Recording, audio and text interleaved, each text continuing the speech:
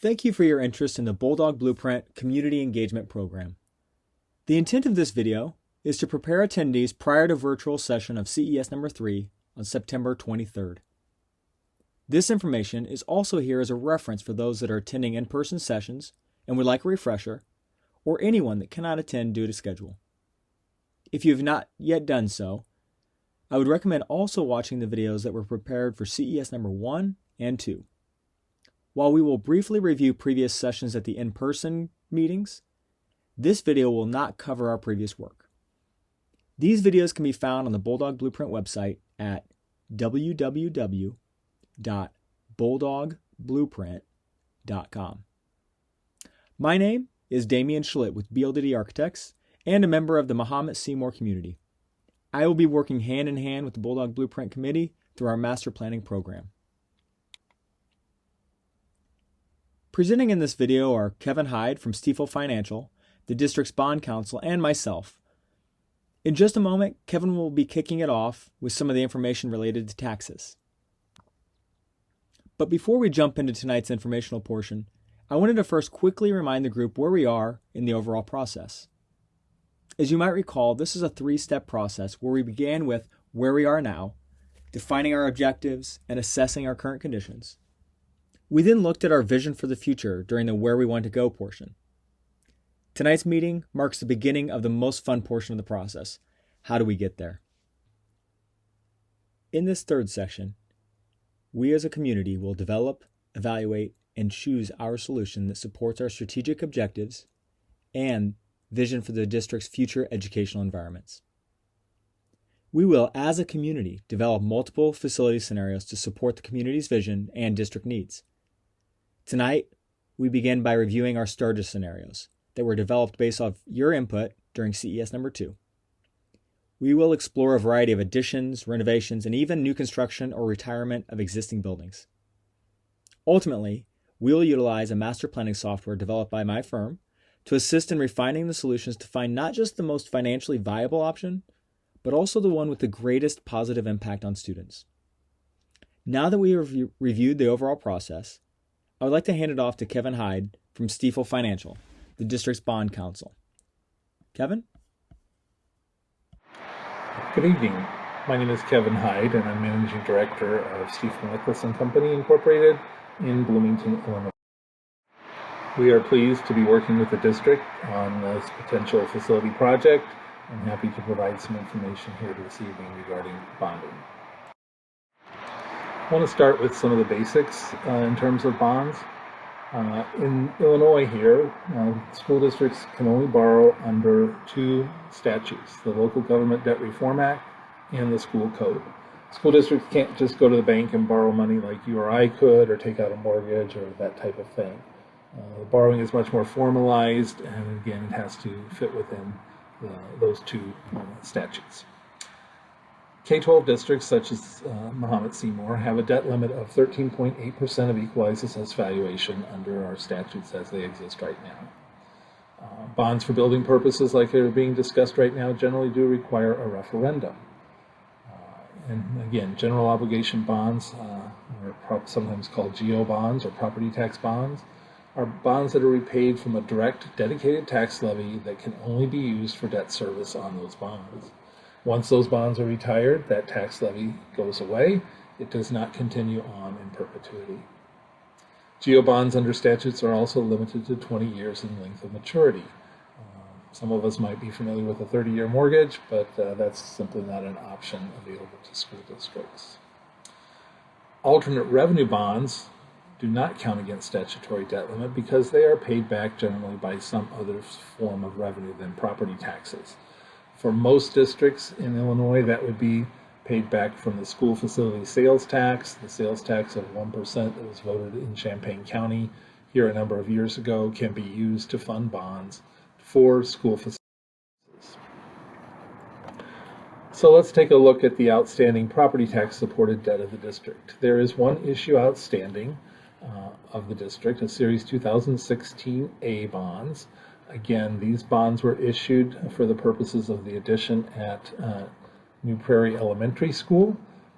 And again, this is a property tax supported debt.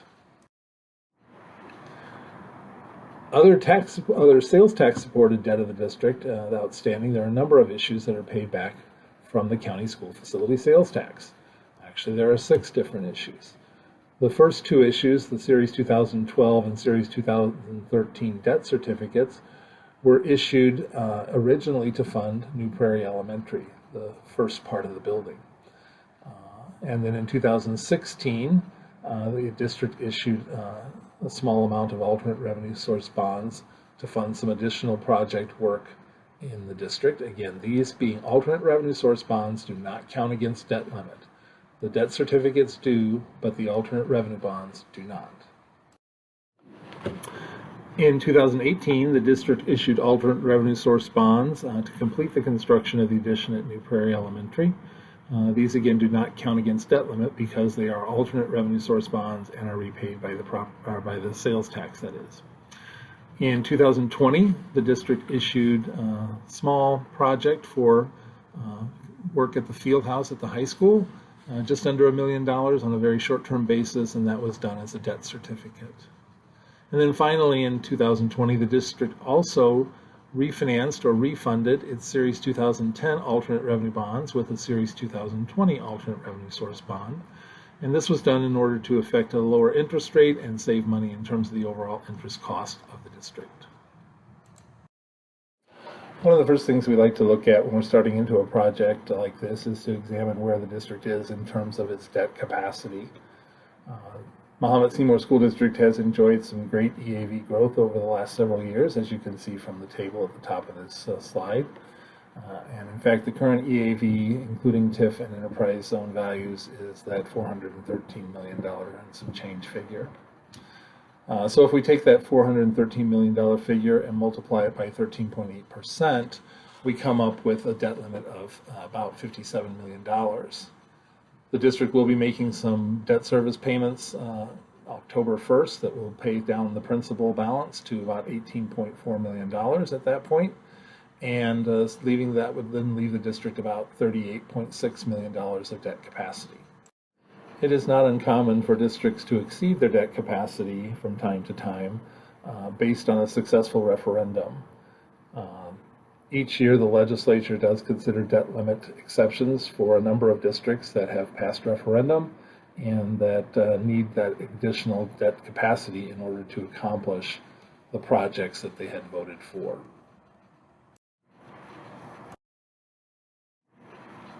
So why now? That's a question that often gets asked at this point. Well, one of the reasons is because the district doesn't have too many more years left on its outstanding general obligation property tax bonds, we can structure the new issue to kind of feather in or dovetail with those existing bonds in order to help minimize the tax rate impact for the new issue. Second, and certainly not at all a minimal amount, is the fact that interest rates are at historically low levels. It's a wonderful time to be borrowing money right now as a school district or any municipal entity for that matter. Rates are at long-time lows and certainly anticipated to stay there for a while yet. Third, the work being contemplated will probably help to complete the district's overall long-term facility plans. The district has done a lot of work at New Prairie Elementary, pretty much new and modern buildings, and done a lot of work up at the high school, but certainly the junior high and the Lincoln Trail building have been kind of left off the plate for a while and could use some help. The goal would be then to provide up-to-date facilities for all students in the district and provide that 21st century learning opportunity for all students. And finally, even though we have had some supply disruptions this year in terms of materials and so forth, most architects are telling us that construction costs are probably going to continue to increase over time, and that doing something now will help to lock in costs at today's dollar and not some inflated future dollar. So the first thing we want to take a look at is to examine how this tax rate increase might impact a home.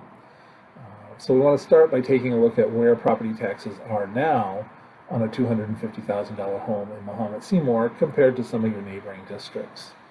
And so as you can see from this particular table, Right now, the 2020-21 tax rate that you've just finished paying probably, Mahomet-Seymour had a tax bill of about $5,900 for a $250,000 school, compared to $6,600 in Champaign, $6,800 in Rantoul, and $6,600 in Rantoul.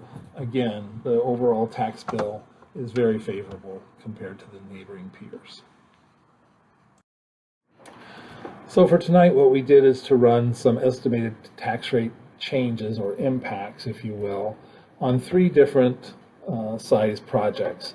There's nothing magical about these projects in terms of costs. These are only for your reference, to kind of have a frame of reference to look at. We don't have any numbers tied to any particular projects at this point. Again, this is just kind of as a starting point to give you folks some idea of what the impact of various size projects might be in terms of the actual cost to a homeowner. So we started with a $60 million project, and we found that running that out would basically increase the property tax rate by about 39 cents per $100 of assessed valuation. So let's take a look at what that would mean to a $150,000 home. If you have a market value home of $150,000 and you divide that by 3, it should be assessed at a third of market, would be $50,000. And then most homeowners do have a $6,000 homeowner occupied exemption, so you remove $6,000 from that $50,000 and you come up with $44,000. The estimated annual tax rate increase then at 39 cents per $100 of assessed valuation. $44,000 is 440 hundredths. So you take 440 times 0.39 and you come up with an estimated annual tax rate increase of $171.60. If we divide that by 12, that relates to about a monthly tax rate increase of about $14.30. Now you'll notice again that this doesn't necessarily mean that's not a linear progression, that the $300,000 house is not double $1,430, it's actually a little more than that. And that's because, again, that $6,000 homeowner exemption on the $300,000 house is not as big an impact as it is on a $150,000 house. So if we take the $300,000 home and divide it by 3, we come up with $100,000, and we subtract $6,000. Now we have a taxable value of $94,000, or 940 hundredths multiplied by 39 cents is a tax rate of $366.60, or just about $30.50 a month on a monthly basis. So if we were to take that $60 million project and add it to the current tax rate for Mahomet, current tax on a $250,000 home, we now have a property tax bill of about $6,200 as opposed to about $5,900. But we're still at that $6,200, well below the neighboring districts of Champaign, Urbana, and Rantoul. What about an $80 million project? Well, an $80 million project would add about another 30 cents to the overall bond and interest tax rate. So now it would be 69 cents per $100 of assessed valuation. And again, if we multiply that according to the table below, you can kind of see the monthly and annual tax rate increase for the various value homes. And finally, so if we do an $80 million project, how does that impact the overall tax paid by a $250,000 homeowner? Again, that now will be about $6,428 per year. So it has gone up from the $5,900, but it is still below the surrounding districts of Champaign, Urbana, and Rantoul, as you can see from this table. And finally, if the district were to tackle a $100 million project, what would that do to the tax rate? Well, basically that would increase the bond and interest rate by about 99 cents per $100 of assessed valuation. And if we apply that 99 cents to the table values as we have in the previous illustrations, you can kind of see again what the monthly and annual tax rate impact might be for the various home values. And if we take that to compare what the total property tax paid on a $250,000 home in the district would be, You can see that the tax rate then would be pretty much right in line with the surrounding districts, slightly above or slightly below, but pretty much right in line with all the neighboring districts. Thank you, Kevin. Now that we have a bit of more understanding of how facility financing works, let's get to the fun part, reviewing and critiquing our scenarios. In order to understand why these scenarios are what we are starting from, I wanted to review the results of our community work activities from our previous engagement meeting. As you may remember, we asked the groups to prioritize physical features and then functional features of our future facilities. Groups assigned points, a total of 100 to distribute, to these various categories. These shown here are the averages of those points assigned by item. As you can see, related to physical features, the number one concern from all groups was related to room or space for our enrollment growth. This is a clear focus of the starter scenarios, which you will see. As we move further down into planning, we will also need to ensure we are focusing on technology infusion and creation of engaging and inviting spaces. Related to functional, curriculum, or program needs, these are not quite as clear-cut, but there are some leading concerns. Collaboration and flexibility land on a first tier of priority. Improved labs and physical education spaces fall just behind that, with consumer trade, CTE education, and fine arts rounding out the double-digit point categories. Work activity 2 is really the driver of the scenarios you will see tonight. The top 3 scenarios were based around 3 types of new buildings: new junior high, a new high school, and a new 5, 6, or 7, 8 facility. Based on this small group community feedback, we've brought tonight 4 starter scenarios to review, critique, and edit. These scenarios are full district solutions, each of which has an option related to each of our current campus sites, as well as a new facility site. Status quo is a solution that will hang around for the entire process, as it's our baseline scenario. If we didn't make any change related to building stock, locations, grade alignments, what does that look like? This scenario acts as a north arrow to our other scenarios. If a solution performs worse than status quo when we do our cost-benefit analysis, that solution should not be considered moving forward. Status quo consists of providing additions and renovations needed to allow Mahomet-Seymour High School to remain a 912, the junior high to properly be sized for 6-8, Lincoln Trail for the growth of 3-5, and MPE to remain a pre-K 2. This scenario only has one new facility, and that is a new transportation building located south of MPE on property already owned by the district. This frees up space on Lincoln Trail site, enhancing traffic on that site as well as in the State and Division Street area. Scenario 1 is based around the construction of a new 912 at an unknown location. This would result in grades 6-8 moving to the current high school, retirement of the existing junior high, Lincoln Trail remaining a 3-5, MPE a pre-K 2. Scenario 2 is based around the construction of a new 6-8 facility. The high school remains a high school, very similar to our status quo solution. Junior high is again retired. Lincoln Trail and MPE remain 3-5 and pre-K 2 respectively. Lastly, we looked at scenario 3, based around construction of a new 5-8 facility. Again, the high school remains a 9-12, the junior high is retired. However, in this scenario, Lincoln Trail becomes a 3-4 facility. And then MPE yet again remains a pre-K 2. Please note that the new transportation building is considered and included in all solutions as well. Now, this might seem like a lot of variations. However, there are really some simplicity to this first pass. The high school has 2 options, either to remain a 9-12 with additions or to become a 6-8. The junior high site either stays a 6-8 or is retired. Lincoln Trail either remains a 3-5 or becomes a 3-4. And MPE is a pre-K 2 in all scenarios. Due to this overlap, I will describe each option in depth the first time it shows up, and then simply reference it when it comes across moving forward. The new facilities are either new high school, 6-8, or 5-8, as discussed.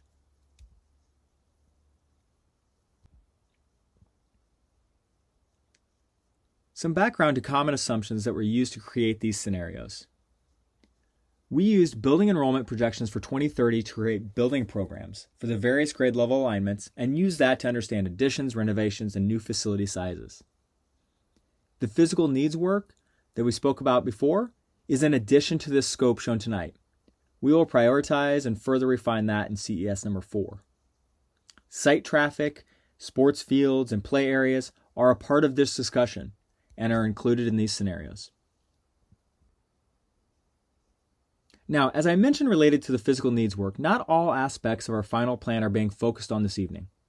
As we build this plan starting tonight and working through CES number 6 in January, we will be building our plan in a layered approach. Tonight, we begin to narrow and review the foundational pieces shown in our starter scenarios: grade alignment, location, capacity. In our next meeting, we're going to look to add our physical needs work relative to each campus, our priorities, and on. We will also begin to add into these the fine details, like do we need a deeper exploration of site traffic at the high school site? Or do we need to discuss fine arts at the high school level in deeper detail? Ultimately, we will then compare our various scenarios using Clio to give us an objective measure of the cost benefit of each scenario and how we can maximize our impact on student experience. Now, the real last piece of the pie will be looking at what is our recommendation for its implementation. With districts our size, it's unlikely we get to do everything at once.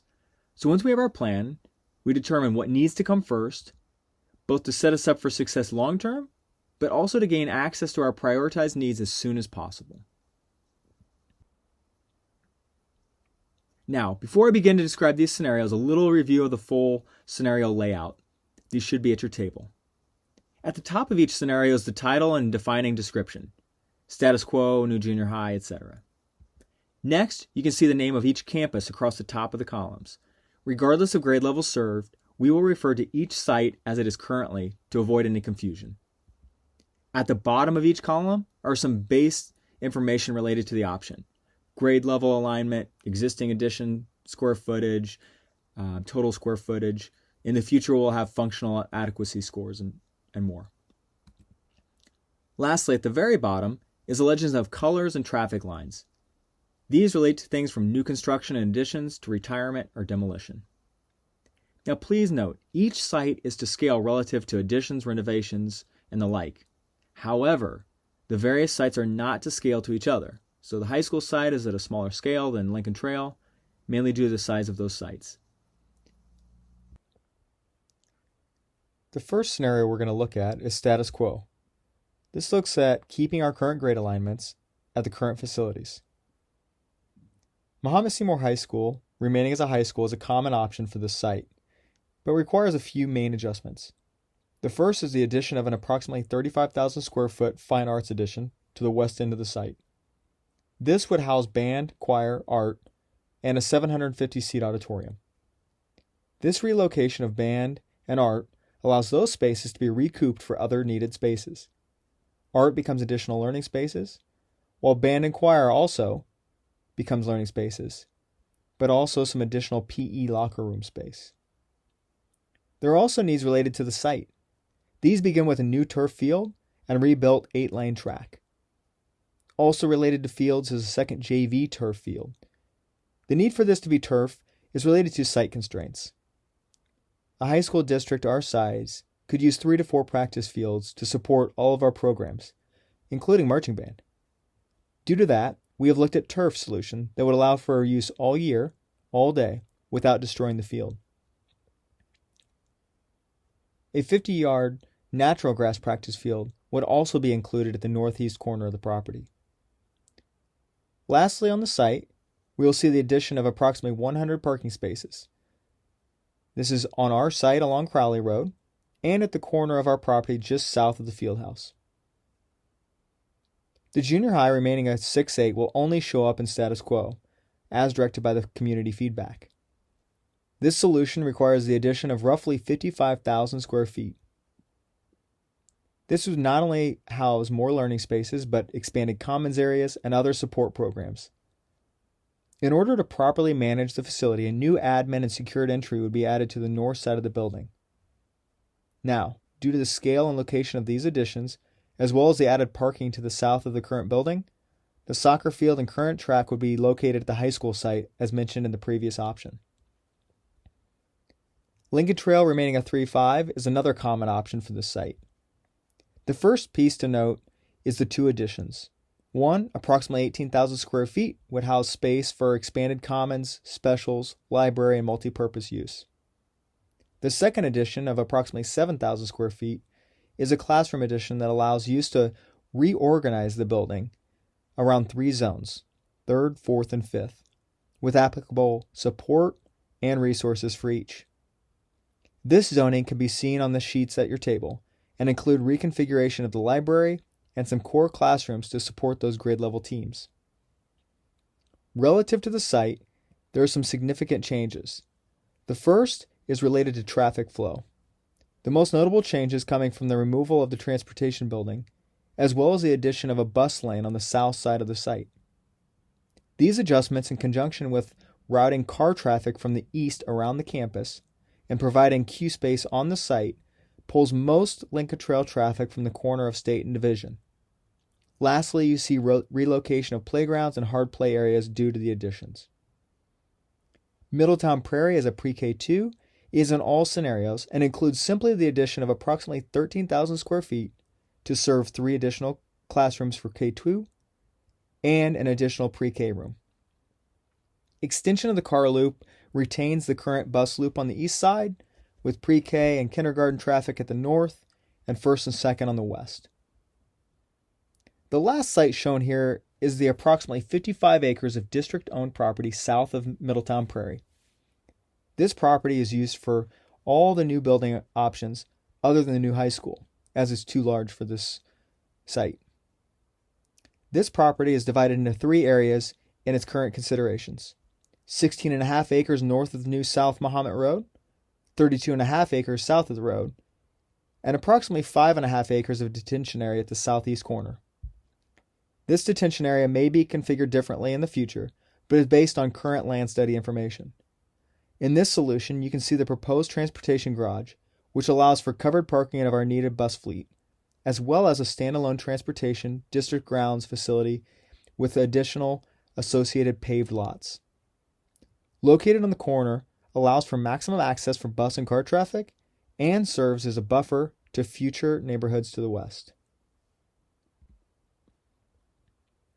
Now, scenario 1 is based around the construction of a new high school on a new 100-acre site. In this scenario, we explore housing grades 6 through 8 at the current high school site. This facility is approximately 60,000 square feet larger than the program space for a 6-8 with a 900 student capacity. So there's more than enough space in this facility. Due to that, no additions are shown. We do show heavy remodel of the art and shop trade areas to allow for the addition of approximately 8 learning spaces that are not available elsewhere.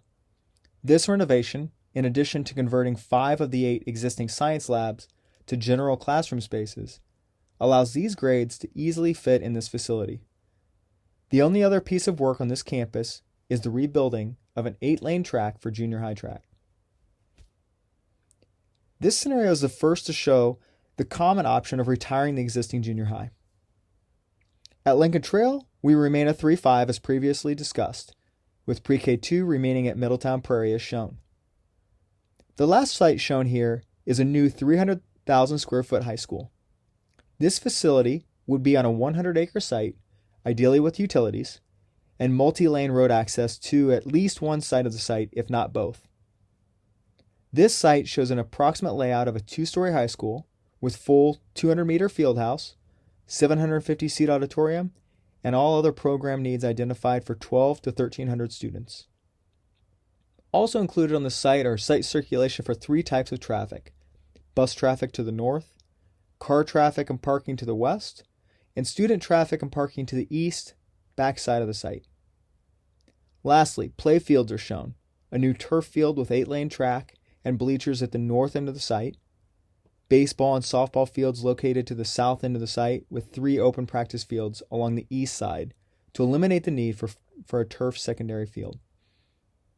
It should be noted that on this new facilities site plan, as well as all the other building plans, parking lots are approximate, likely oversized, but are there to show flow and configuration. Count can be further refined as we get into the fine details discussed earlier. Another point of reference is that in most of these layouts, we are looking at approximately 60 to 100 cars of queue. This is not fully defined, but at some sites, like Lincoln Trail, that would be 100% greater than our current count of 0. Scenario 2. In this one, the high school remains a 912. The junior high again is retired. Lincoln Trail remains a 3-5. And Middletown Prairie remains a pre-K 2. These are all the same as previously discussed. The new option on this scenario is the new 6-8 at the site south of Middletown Prairie. This facility, at approximately 140,000 square feet, would be a replacement for our current 6-8 junior high. Shown here is the building as a single-story facility to show the worst case related to the site layout. Approximate parking lots are shown on the east and west sides of the site, with junior high 8-lane track towards the south. In those parking areas, bus traffic flows through the east main lot, with car drop traffic on the west back lot.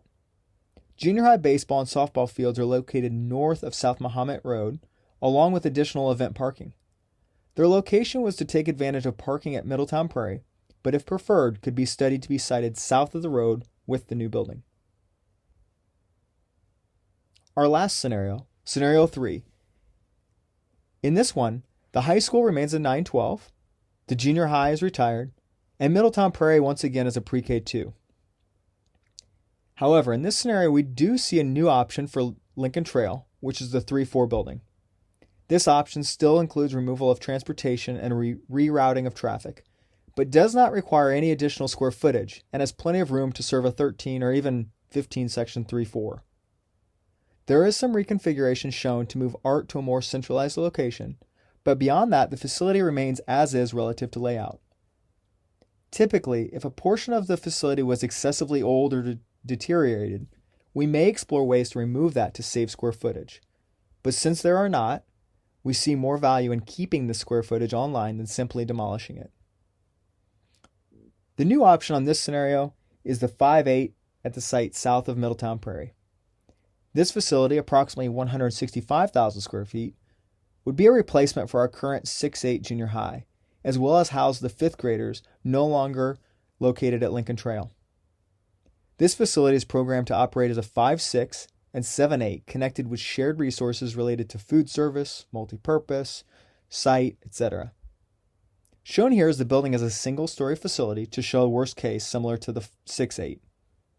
Approximate parking lots are shown on the east, west, and north sides of the site. A junior high 8-lane track once again is shown to the south. In those parking lot areas, bus traffic flows through the north lot, with car drop for 5-6 in the east lot and 7-8 in the west lot. Junior high baseball and softball are once again located north of South Mahomet Road, along with their additional event parking. Now, while we could consider placing this south of South Mahomet Road, it will be a little more difficult than with the 6-8 due to the dual car drop lanes. Now, these are first draft scenarios, so please note we have tried to identify needs and dominoes, but if you see things you think are missing, please share in the work activities. With that, thank you so much. Thanks for taking the time to watch our video today, and please note our upcoming meetings with CES number 4 in October, meeting 5 in November, and wrapping up the process at number 6 in January. We look forward to seeing you in future sessions.